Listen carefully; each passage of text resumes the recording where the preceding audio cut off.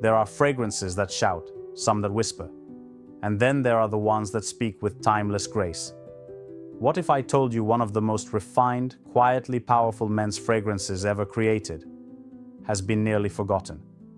In a world obsessed with the latest drops, with bold bottles and louder sillage, one scent remains tucked in the shadows, waiting for those with the wisdom to find it. Chanel Pour Monsieur. It isn't trendy. It doesn't flood your senses with synthetic sweetness. It doesn't beg for attention. Instead, it offers something much rarer: restraint, balance, and elegance. Created in 1955 by Henri Robert, this was Chanel's very first men's fragrance. It was designed not for the flashy, but for the cultivated, the man who doesn't need to prove himself. Pour Monsieur is a scent that speaks to an older code of sophistication.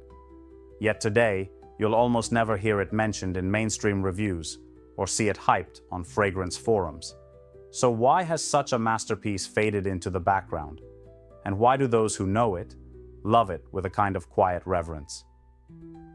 Today, we're going to dive deep into the story behind Chanel Pour Monsieur and rediscover what makes it a forgotten gem of men's perfumery. When people hear the name Chanel, they often think of the undeniable icon, Chanel No. 5, a scent so legendary it reshaped the world of perfumery. But Chanel's legacy runs far deeper than one fragrance or one face. From the refined aldehydes of No. 5 to the deep sensuality of cocoa, Chanel has always stood at the crossroads of innovation and elegance. Every release under the Chanel name carries an air of deliberate artistry. Nothing rushed, nothing trend-chasing. And yet, when it came to men's fragrances, Chanel took its time. It wasn't until 1955, decades after Chanel No. 5, that the house finally introduced its first official men's scent, Chanel Pour Monsieur. Crafted by Henri Robert, the in-house perfumer who would later create the green classic No. 19, Pour Monsieur was born with the same commitment to quality and character. It wasn't loud or brash. It didn't rely on marketing gimmicks. Instead, it was built for the man who already had confidence and didn't need cologne to announce it for him. In many ways, Pour Monsieur is Chanel's most overlooked treasure.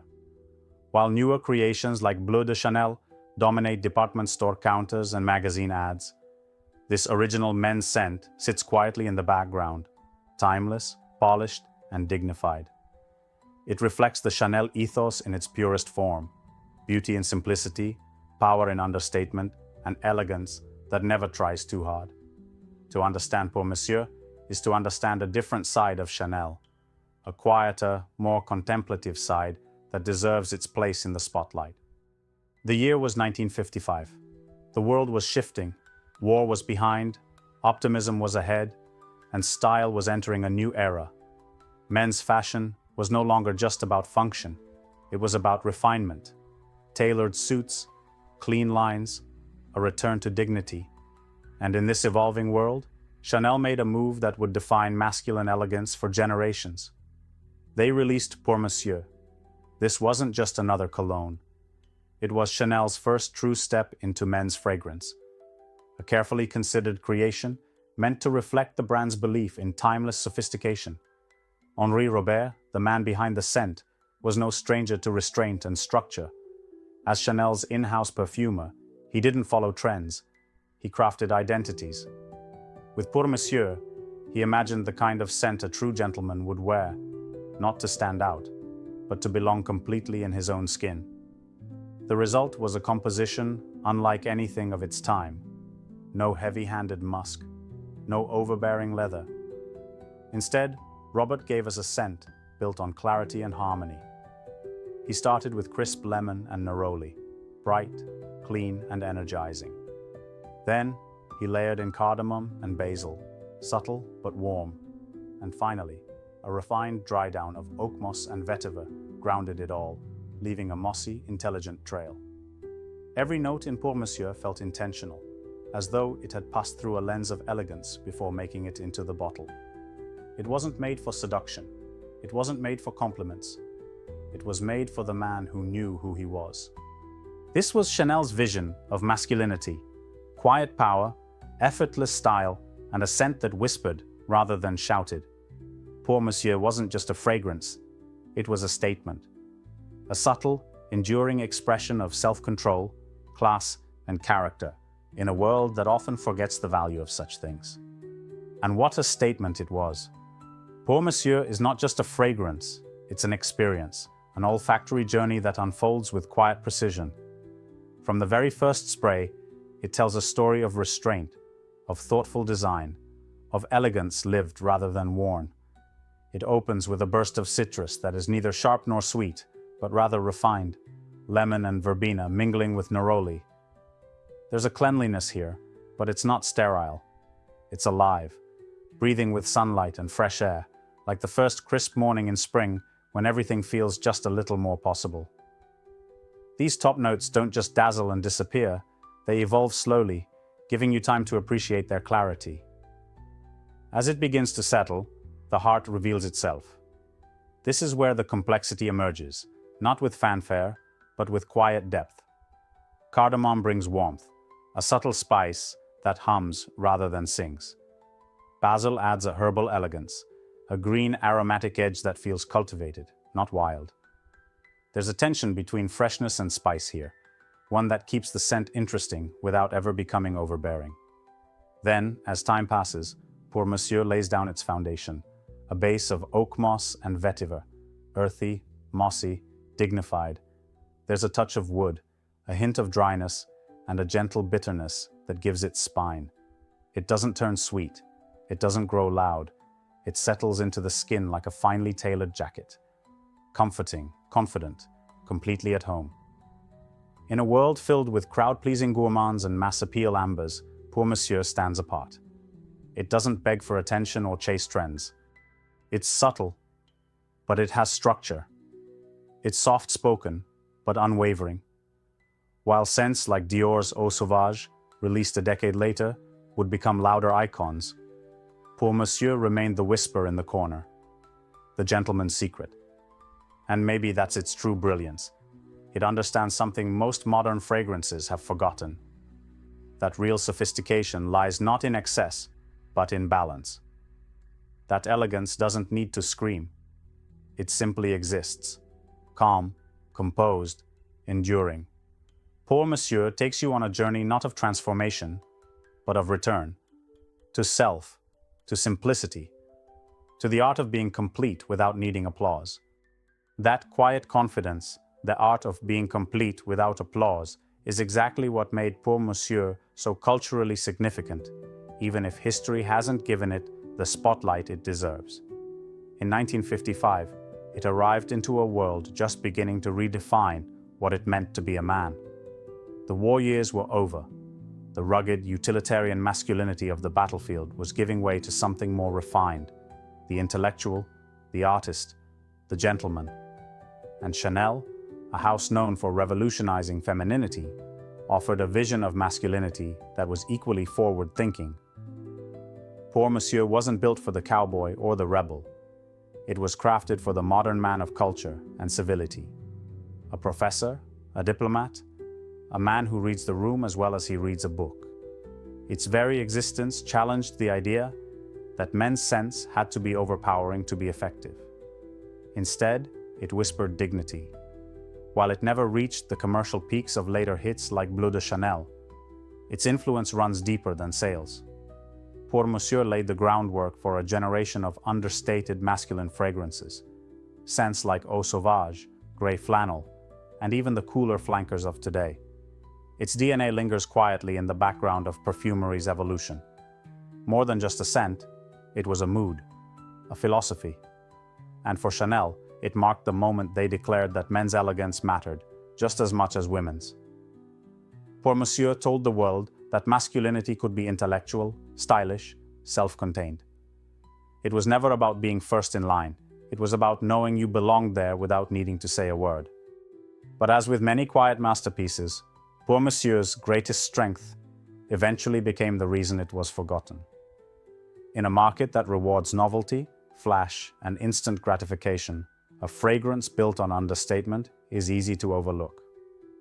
As decades passed, the world of perfumery shifted dramatically. Scents became louder, sweeter, more aggressively masculine. The 80s ushered in a wave of power fragrances. Think Drakkar Noir, Kouros, Fahrenheit. Bold statements that filled rooms before the wearer even entered. In that landscape, Pour Monsieur began to feel invisible. It didn't help that Chanel itself began to focus on more modern interpretations of masculinity. The launch of Allure Homme in the late 90s and the blockbuster success of Bleu de Chanel in the 2010s pushed Pour Monsieur even further into the background. Department stores stopped promoting it. Reviewers largely skipped over it. To younger fragrance fans, it started to seem like a relic, a dad scent from a forgotten era. And yet, it never stopped being produced. Chanel never discontinued it. Quietly, faithfully, it remained in their catalog, an enduring sign of respect from the brand that birthed it. But in a world of YouTube reviewers chasing hype and influencers measuring performance in hours and compliments, Pour Monsieur didn't stand a chance. It wasn't built to compete in that game. Instead, it was built for a different kind of man and a different kind of world, one that values self-possession over spectacle, one that knows subtlety is a form of strength. And perhaps that's the real reason it became forgotten. Not because it failed, but because it refused to chase the crowd. It stayed still while the world moved on, trusting that someone, eventually, would come back to find it. And now, here we are, decades later, coming back to find it. In a world that feels increasingly saturated with noise, speed, and overstimulation, there's something almost radical about wearing a fragrance like Pour Monsieur. It doesn't demand attention. It doesn't chase compliments. Instead, it offers presence. It gives the wearer a sense of grounding, of quiet dignity, in a time where everyone seems to be shouting just to be heard. So, is it still relevant today? Absolutely. Maybe more than ever. Modern men, those who value intentional living, who curate their style with care, who seek meaning rather than trends, are rediscovering what Pour Monsieur has always known. True elegance is timeless. In fact, its classic citrus kypri structure feels like a breath of fresh air in a world overflowing with sweet ambers and synthetic woods. It doesn't feel old.